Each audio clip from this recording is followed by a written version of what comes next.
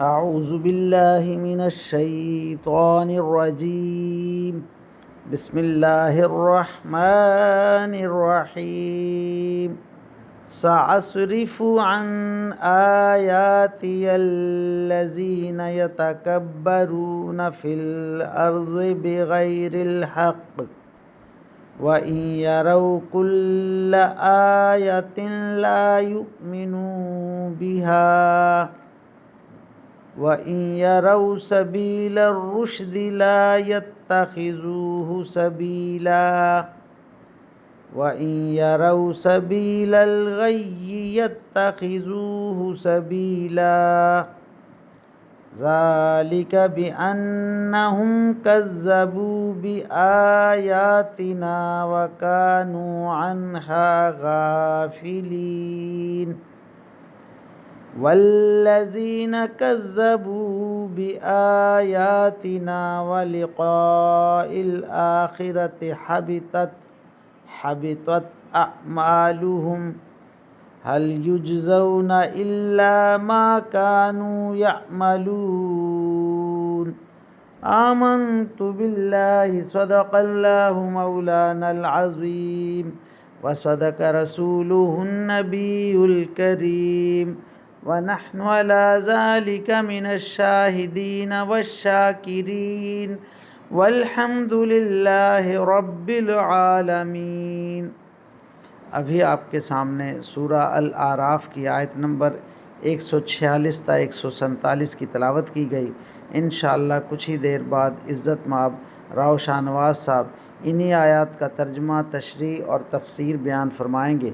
اللہ تعالیٰ سے دعا ہے کہ ہمارا پڑھنا، آپ لوگوں کا سننا اللہ تعالیٰ قبول و منظور فرمائے اور اس پر عمل کی توفیق عطا فرمائے، آمین یا رب العالمین۔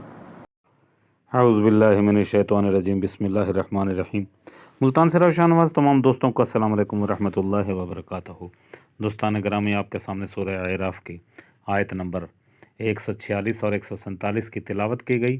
اب انہی آیات کریمہ کی آسان تشریح ترجمہ مفتی تقی عثمانی کا لکھا ہوا اور تفسیر ابن کثیر سے حاضر خدمت ہے۔ حضرت موسیٰ علیہ السلام کا تذکرہ ہو رہا ہے۔ اللہ تعالیٰ نے قرآن پاک میں ارشاد فرمایا، میں اپنی نشانیوں سے ان لوگوں کو برگشتہ رکھوں گا جو زمین میں ناحق تکبر کرتے ہیں، اور وہ اگر ہر طرح کی نشانیاں دیکھ لیں تو ان پر ایمان نہیں لائیں گے، اگر انہیں ہدایت کا سیدھا راستہ نظر آئے تو اس کو اپنا طریقہ نہیں بنائیں گے، اور اگر گمراہی کا راستہ نظر آئے تو اس کو اپنا طریقہ بنا لیں گے۔ یہ سب کچھ اس لیے ہے کہ انہوں نے ہماری نشانیوں کو جھٹلایا اور ان سے بالکل بے پرواہ ہو گئے۔ اللہ اکبر۔ اور جن لوگوں نے ہماری نشانیوں کو اور آخرت کا سامان کرنے کو جھٹلایا، ان کے اعمال غارت ہو گئے ہیں۔ اللہ اکبر۔ انہیں جو بدلہ دیا جائے گا وہ کسی اور چیز کا نہیں، خود ان کے اعمال کا ہوگا جو وہ کرتے آئے ہیں۔ اللہ اکبر، اللہ اکبر۔ اب ان آیات کریمہ کی آسان تشریح۔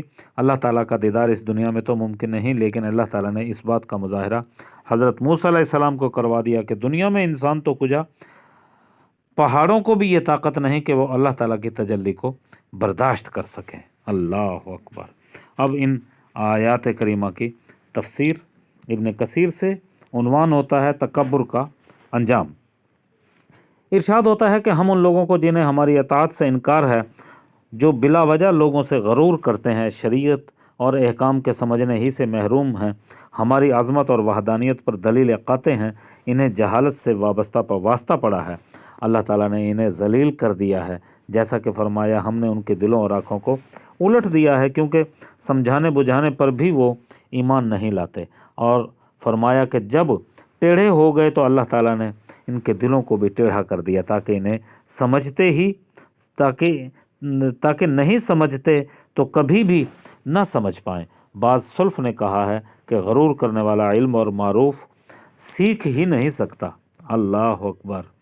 اس کا تو ناک چڑھی ہوئی ہوتی ہے۔ جس نے جو کچھ عرصے کے لیے علم سیکھنے کی مذلت کو برداشت کیا، اسے ہمیشہ کے لیے علم سے محروم رہنے کی ندامت اٹھانا پڑی۔ اللہ اکبر۔ اسی لیے اللہ پاک نے ان سے فہم القرآن کا مادہ چھین لیا، وہ اپنی آیات سے ان کو محروم کر دے گا۔ اس آیت کا اشارہ اس امت کی طرف بھی ہے۔ یہ ابن عینہ کا خیال ہے، لیکن یہ کوئی ضرور نہیں۔ ابن عینہ تو حرامت کے حق میں اس کو قرار دیتے ہیں اور امت کے مابین کوئی فرق نہیں کرتے۔ ارشاد ہے کہ وہ کیسی ہی آیت کیوں نہ سنیں، ایمان نہیں لاتے۔ جیسا کہ فرمایا، جن لوگوں کے کلمہ حق میں رب پورا ہو چکا ہے وہ راہ راست پر نہیں آئیں گے، وہ ہرگز ایمان نہیں لائیں گے، خواہ کیسی ہی آیت کیوں نہ آ جائے، حتیٰ کہ وہ عذاب علیم دیکھ لیں گے۔ اور اگر راہ ہدایت اور طریقہ نجات ان پر ظاہر ہو جائے لیکن کبھی سیدھا راہ اختیار نہیں کریں گے، اگر ہلاکت اور گمراہی کی راہ ان کے سامنے آ جائے تو وہ فوراً اختیار کر لیں گے۔ اب ان کی اس نادانی کی وجہ یہ بیان کی جاتی ہے کہ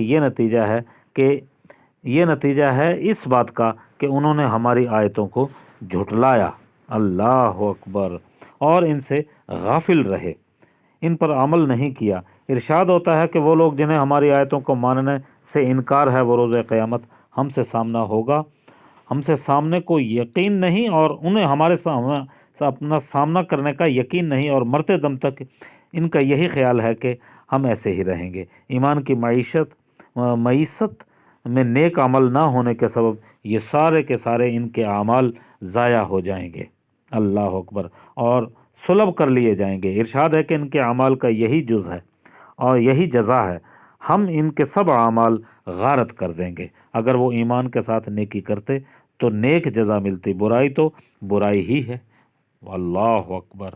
وآخر دعوانا ان الحمد للہ رب العالمین۔ یا رب العالمین ہمارے ان پڑھے ہوئے کو اپنی بارگاہ میں قبول فرما، آمین یا رب العالمین۔